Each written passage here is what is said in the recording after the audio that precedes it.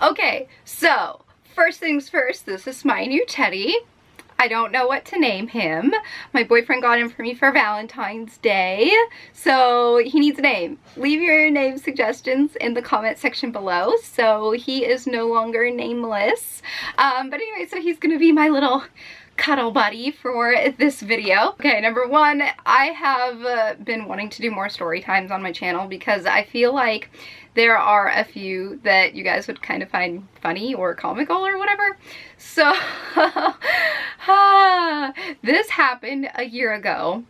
And it was on March 14th. It was my boyfriend and I's anniversary. My boyfriend rented us a really nice motel room locally, like where we live. We didn't have to like drive crazy hours out of town or anything like that. But he got us a nice motel room, and it had like a jacuzzi tub, and it had like a river view, and it was very beautiful. It was really pretty. If I can find the pictures, I will insert them right there.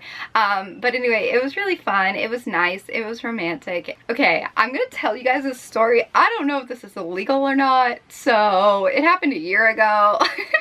Anyway, so my boyfriend got the room, and my mom and I decided, I kind of had this idea that I wanted to go, like I brought it up. I said, oh, I want to go put rose petals on the bed or something like that, because my boyfriend's not really the romantic type, to be completely and totally honest with you guys. Like, he's not the romantic type. So instead of him surprising me, I kind of wanted to surprise him.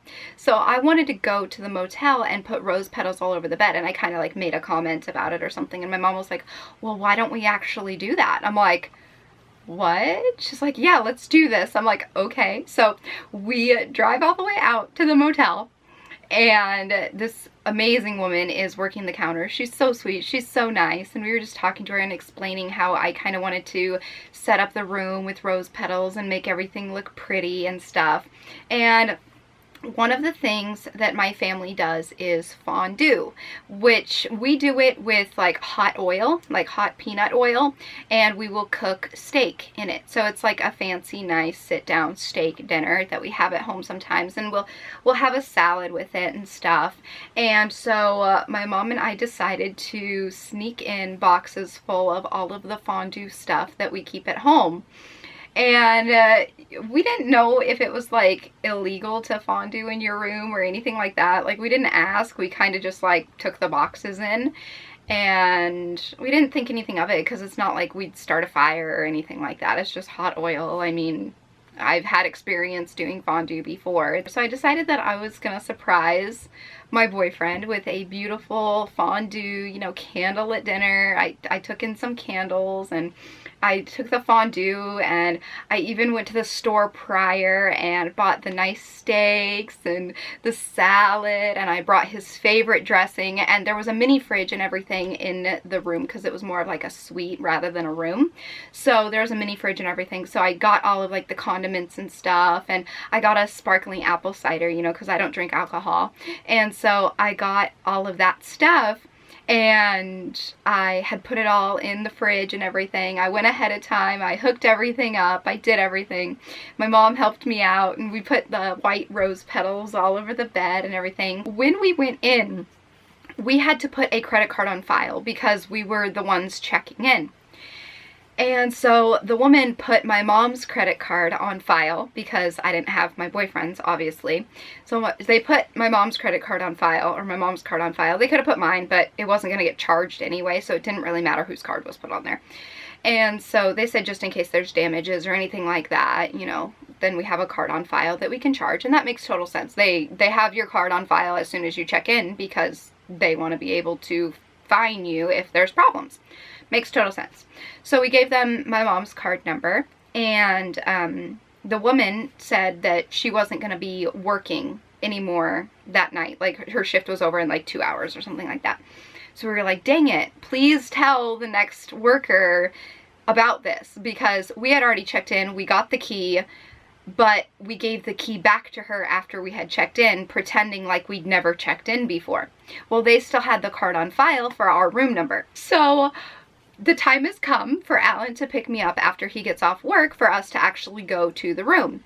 And I had told him that I saw online that there was a nice restaurant across the street from the hotel.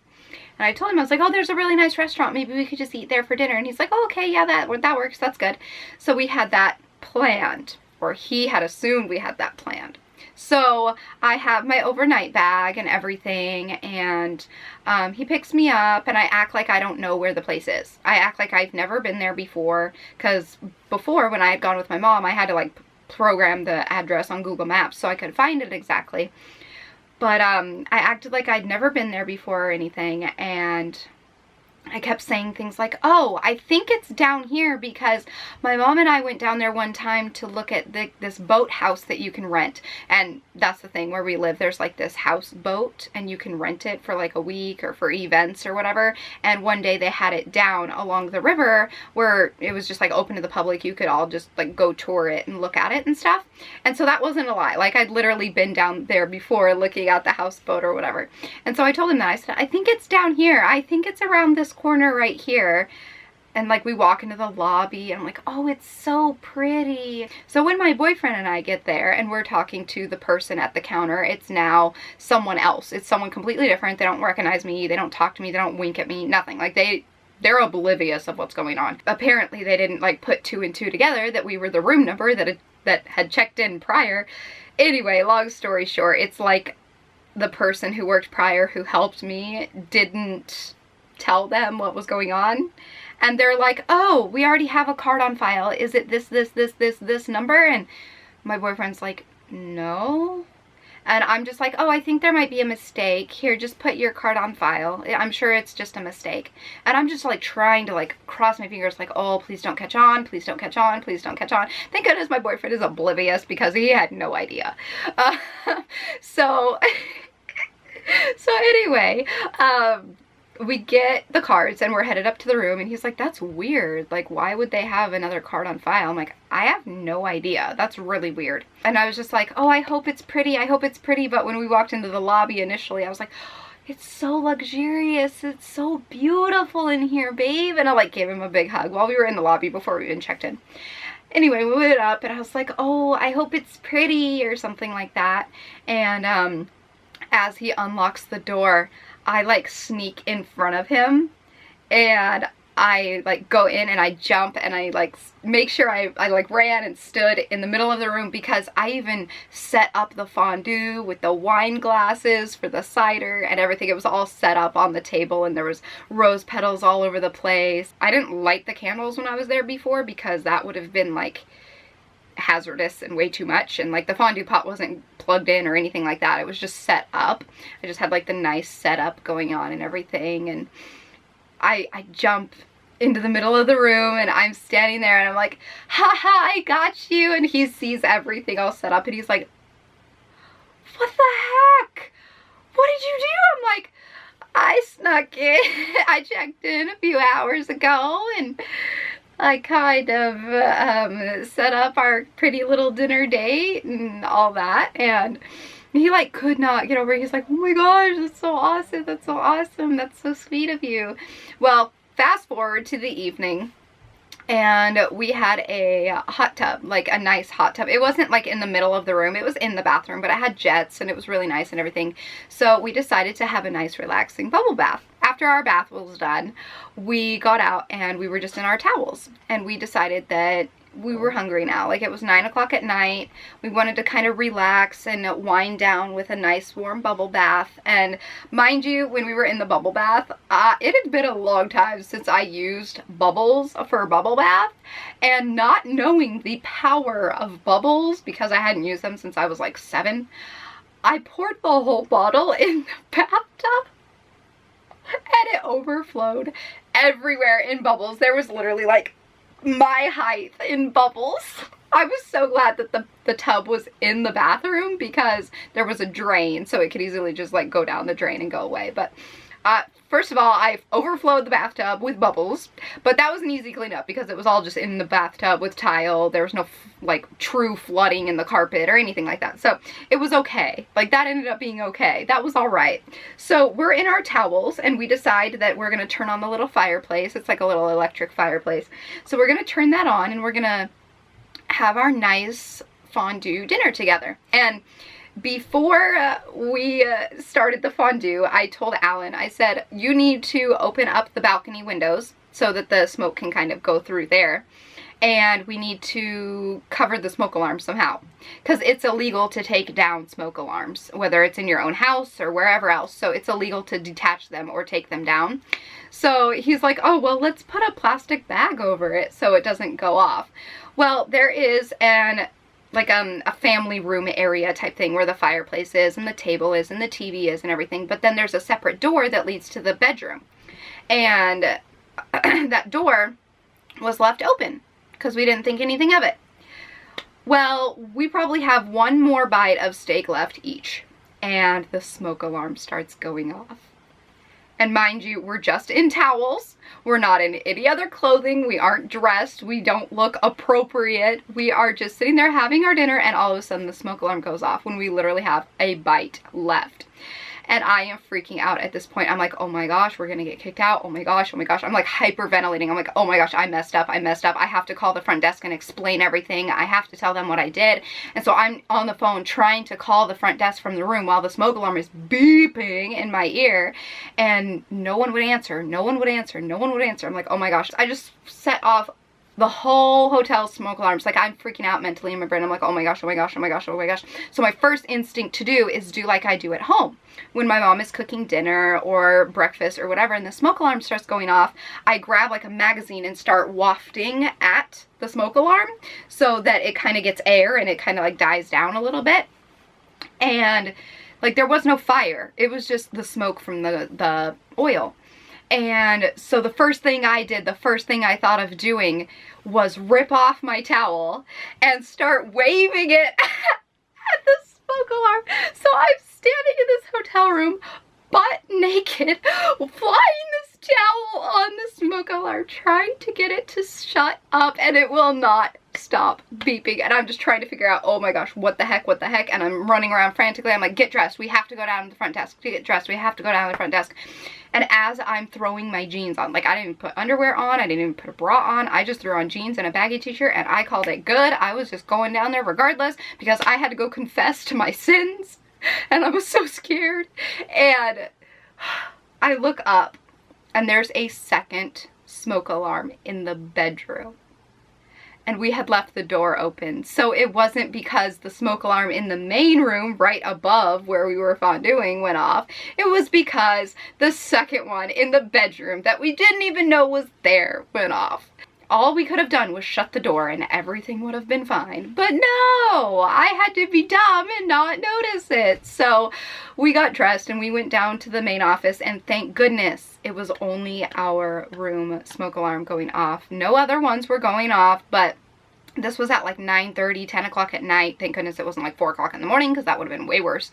But they have like a map or a chart that says which room is going off and stuff, so they knew it was ours. And we went down because there was no one answering the phone, and we went down the front desk and there was no one there. I'm like, oh my gosh, did they evacuate the hotel because of us? Are we the only ones in here? And I'm just like so scared at this point. I'm like, oh my gosh, I'm gonna get kicked out. They're gonna fine me like $700. I'm so scared. What have I done? I was so like everywhere. My brain was just like discombobulated, and I just scrambled eggs is what my brain was just scrambled eggs. And so finally someone comes back in and they're like, oh, we were just doing a run around of the perimeter to make sure everything was okay.